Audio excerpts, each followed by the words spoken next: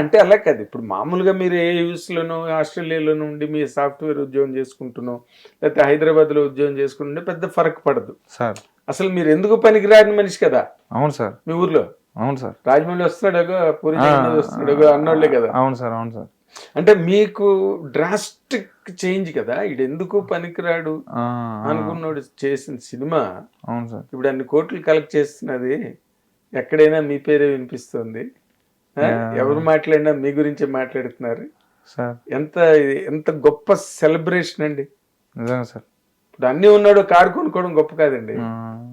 Road మీద బస్సుకు కూడా డబ్బులు లేనివాడు ఉంటాడు చూడండి, బస్ టికెట్ కూడా, వాడు కారు కొన్నాడు అనుకోండి, అది కథ. అవును సార్. అవును సార్. కానీ నిజంగా సార్ అంటే నాకు అనిపిస్తాను సార్, చాలామంది అన్నీ కోల్పోతారు సార్ సినిమా వల్ల.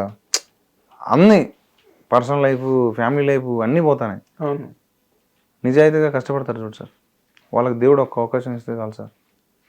వాళ్ళందరికీ అంటే ఏ ఫీల్డ్ ఉన్నోడికి ఆ ఫీల్డ్కి ఒక్క అవకాశం ఇచ్చి వాళ్ళ కుటుంబానికి, అమ్మ నేనున్నానమ్మా, నేను చూసుకుంటామ్మా, నాకు కూడా పైసలు ఉంటాయమ్మా, నేను కూడా నీకు ఆపదలకు ఇస్తామా అని చెప్పి ఇట్లా చేతులు పెడతాడు చూడు సార్.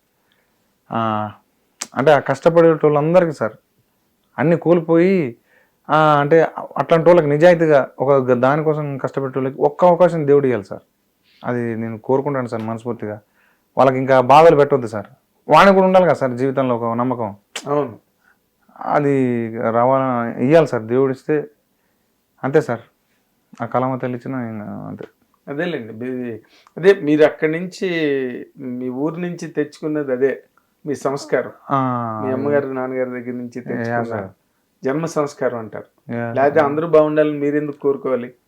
సార్ చాలా గొప్ప విషయం అది. అయితే ఇందాక మీరు ఒక మాట అన్నారు, పర్సనల్ లైఫ్ కోల్పోతారు, అన్ని కోల్పోతారని. అవును సార్. మీకేంటి పర్సనల్ లైఫ్ అంటే మీకు లవ్ స్టోరీ గట్ట ఉందా మీకు కూడా? మీరు రాజు, మీరైతే రాంబాయ్ ఎక్కడైనా?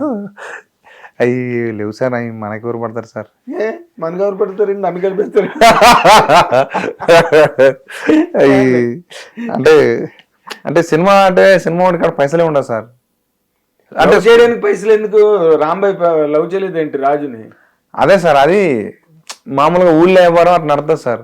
కానీ ఇండస్ట్రీకి వచ్చి ఒక లక్ష్యం అని చెప్పి రాసుకుంటా అంటే ఈ మ్యాటర్ ఇటు సైడ్ ఉంటుంది తప్ప అటు సైడ్ పోదు సార్. ఎందుకంటే అటు సైడ్ పోదు సార్.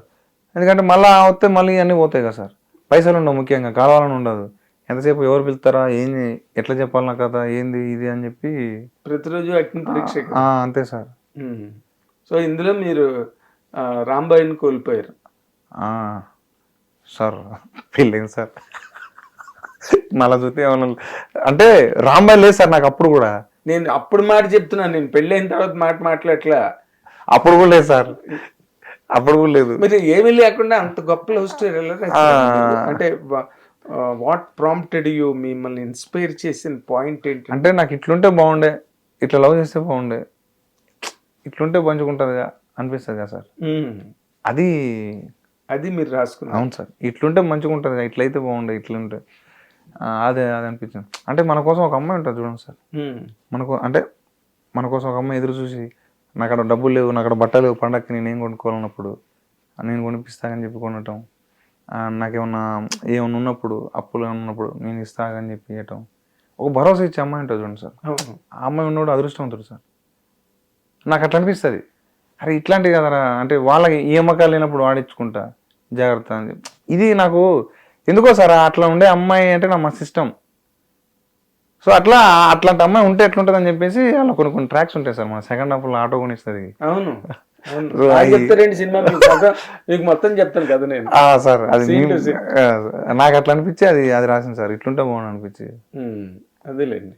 అలా అందుకే మగపిల్ల చాలా మందికి మీ సినిమా ఎందుకు నచ్చిందంటే, అమ్మాయి కూడా అబ్బాయికి హెల్ప్ చేస్తుంది, ఇలాంటి అమ్మాయి ఉంటే బాగుంటారా మనకు కూడా. అవును సార్. ఇంకా అలాగే వెతుక్కుంటుంటారు మా అబ్బాయిలు. కానీ రేర్ సార్ ఇప్పుడు కష్టం. మీ అబ్జర్వేషన్ ఏంటి ఇప్పుడున్న ప్రెసెంట్ సొసైటీలో లవ్ ట్రెండ్స్ మీద? సార్ అంటే నా అబ్జర్వేషన్ అంటే నేను అంటే వాళ్ళకి చెప్పేంతటోని కాదు కానీ సార్, నార్మల్గా ఏంటంటే మొత్తం ఖరాబ్ అయిపోయినాయి సార్ సిస్టమ్. అన్నీ పోయినాయి, ఎమోషన్ ఖరాబ్ అయింది, అన్నీ ఖరాబ్ అయిపోయినాయి. అంటే అప్పుడు అదే 2010 ఆ బ్యాచ్లో ఒకటి ఉండే, ఆ 90s పుట్టిన వాళ్ళు కొంచెం ఉన్నా సార్ మజా. 90s అనేటోడు వెరీ వాళ్ళ లక్కీ ఫెలో సార్ వాడు, వాడికి అన్నీ దక్కినాయి. కానీ ఇప్పుడు ఈ 2005 ఈ మంది ఉన్నారు అసలు ఇప్పుడైతే ఈ బ్యాచ్ ఉన్నదో వాళ్ళకి కొంచెం లేదు అంటే ఆ ప్రేమ అది మా ఆ జ్ఞాపకాలతో ఉన్నది చూడండి సార్, అది లేదు సార్. అది ఫ్లాట్ అయిపోయింది సార్. 90s అది వేరే నెక్స్ట్ లెవెల్ ఎమోషన్ సార్ అది. అదే అప్పుడు